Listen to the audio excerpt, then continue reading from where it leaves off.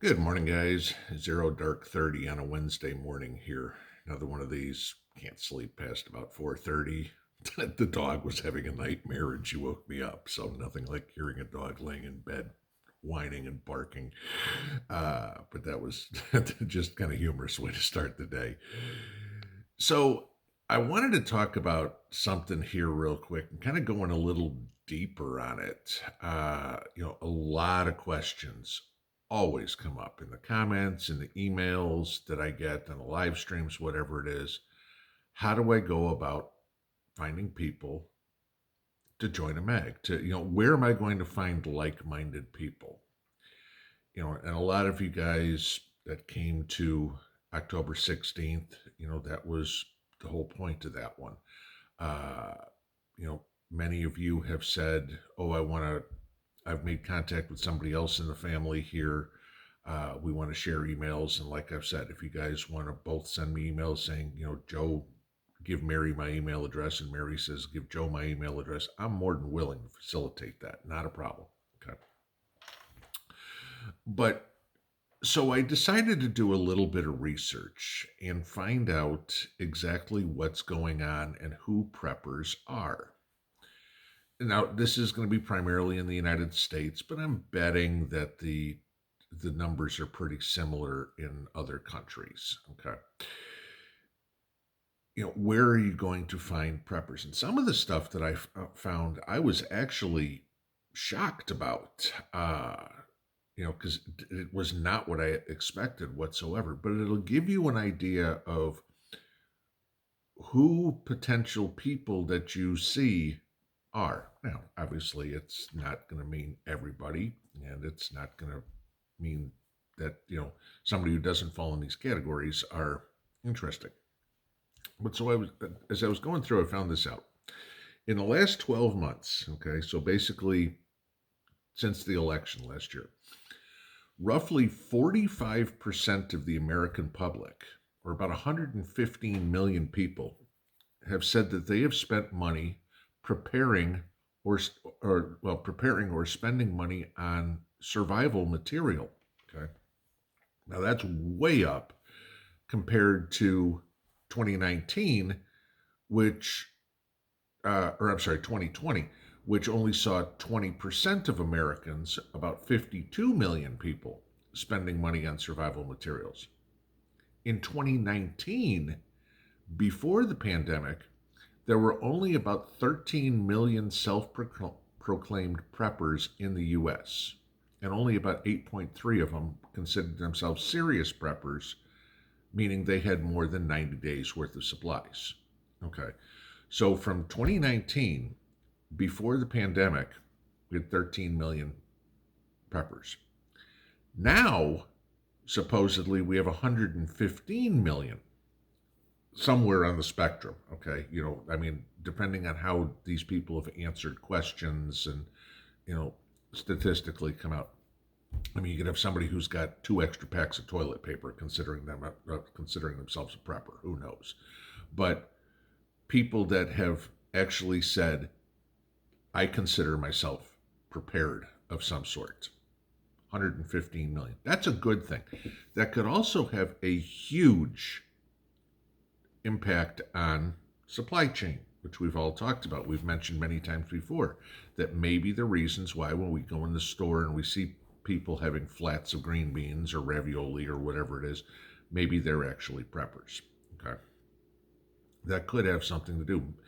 Maybe the world is catching on to all of this and going, you know what? Maybe it would be a good idea if I had something back just in case there is a war, a natural disaster, an economic collapse, a political idiot in the White House, whatever it would be. Okay. So here are some interesting statistics on preppers. The average age of a prepper is 49. That makes a lot of sense to me. Okay, by that age, your kids are teenagers, if not already out of the house, and you're in your peak earning years. You're not going, oh my God, how are we going to pay the rent? You actually have a little bit of disposable income at that age. 67% are married that also makes a lot of sense to me too, because you now have a responsibility to another person. And most people will say, there's nothing I wouldn't do to protect my spouse. Okay. It's amazing how genetically we are wired to be more concerned about somebody else than we are about ourselves. The narcissists, of course, like Hollywood and Washington, they're just genetically messed up anyway. Okay. 31% of preppers are women. That one surprised me. I figured that number would be a lot higher. Okay. But again, it depends on how people define themselves as a prepper. You could have some guy who goes, gee, I have 52 different guns, therefore I'm a prepper. We'll bring something up on that in a minute, too. But it surprised me that it was only 31%. Okay. This is where it got real interesting. 6.5% of preppers are black. Every other ethnic group, okay, whether it's Asian, Hispanic, Native American, Pacific Islander, whatever, those all fell in at less than 2%. So the vast majority of preppers are white. That one surprised me. Okay. I thought that would be a lot more spread across the ethnic spectrum, but it wasn't. Okay. The average income of a prepper, $54,000. I mean, actually slightly below the median line for middle class. Okay. However, 43% of preppers said they make over $100,000 a year. So what that told me there is you have a huge spectrum, because if the average is 54 and you've got nearly half that make over 100, that means you've got a lot of people that are managing to prep that are making minimum wage and still managing to prep. Okay. So, when people say, oh, it's too expensive, or oh, I can't do it, if somebody can prep on minimum wage or on Social Security or something like that, anybody can do it. All right. 45% of preppers have a college degree, and over 90% are high school educated. That makes a lot of sense. Okay, most people are high school educated, but I'd say 90% of the population is, 90% of preppers. Okay, fine. Here's the biggest shocker of all. 78% of all preppers live in either the city or the suburbs. Figure that one out. We all say, get the hell out of the city, get the hell out of the city. Less than 1 in 4 of us did. And, most preppers are still in the cities or in suburbs. That one surprised the hell out of me. Now, how we prep is very interesting. Very, okay?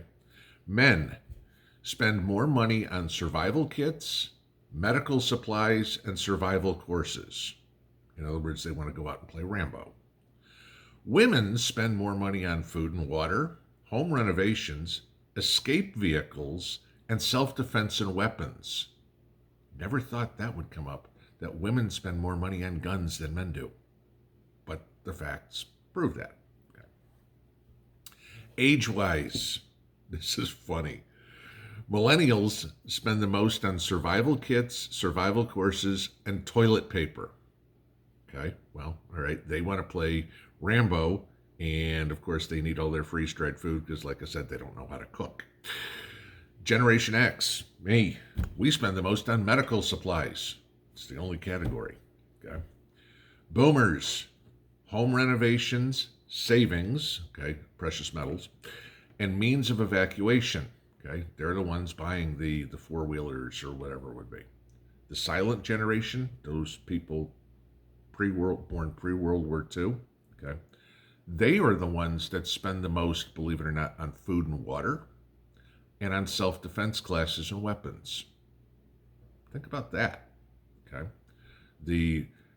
Some of the most important stuff is being purchased by the most elderly in the community. I found all that quite interesting. Okay. So then who are we? Who is the family here? Okay. And I get a little bit of demographics from YouTube, so I thought I'd share this with you.